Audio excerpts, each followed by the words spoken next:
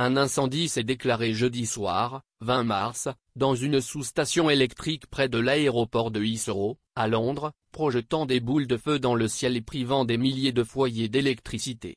L'incident, survenu à Hay, dans l'ouest de Londres, a contraint l'aéroport de Heathrow à fermer ses opérations pour toute une journée, provoquant une perturbation majeure des voyages. La brigade des pompiers de Londres a dépêché environ 70 sapeurs-pompiers pour maîtriser les flammes. Des images vidéo obtenues par Reuters ont confirmé l'emplacement grâce aux feux de circulation, aux lampadaires et à l'aménagement des routes à proximité. Malgré une intervention rapide, la cause de l'incendie reste inconnue.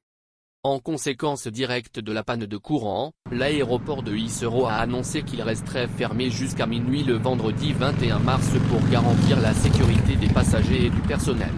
Afin d'assurer la sécurité de nos passagers et de nos collègues, Heathrow sera fermé jusqu'à 23h59 le 21 mars, a déclaré l'aéroport dans une publication sur X, anciennement Twitter, conseillant aux voyageurs de ne pas se rendre à l'aéroport. L'impact de l'incendie s'est immédiatement fait sentir sur le transport aérien mondial.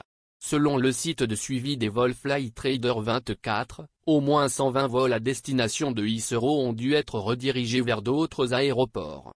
Au total, plus de 1350 vols devaient être affectés au cours de la journée. Qantas Airways a détourné son vol Perth-Londres vers Paris, tandis qu'un vol de United Airlines en provenance de New York a été redirigé vers Shannon, en Irlande. Un autre vol de United Airlines en provenance de San Francisco a été réacheminé vers Washington, D.C., au lieu de Londres.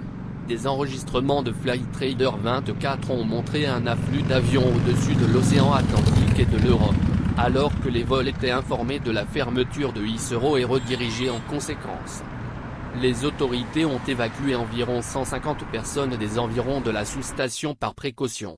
La brigade des pompiers de Londres a confirmé que les équipes continuaient à lutter contre l'incendie, mais qu'il était incertain quand l'électricité pourrait être rétablie de manière fiable. Le vendredi matin, des images de la BBC ont montré qu'aucun avion ne décollait ni n'atterrissait à Heathrow. La police a bloqué les routes menant à l'aéroport, compliquant encore l'accès à ce qui est le plus grand aéroport d'Europe et le 5e au monde en termes de trafic passager. Un porte-parole de Heathrow a informé Reuters que, bien que les équipes d'urgence interviennent sur l'incident, il n'y avait aucune certitude quant à la date de rétablissement complet de l'électricité.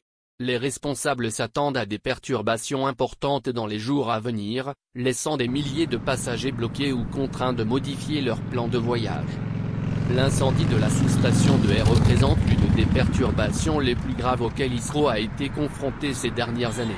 Alors que les enquêtes sont en cours, les autorités restent concentrées sur le rétablissement des opérations normales et la sécurité des passagers et du personnel.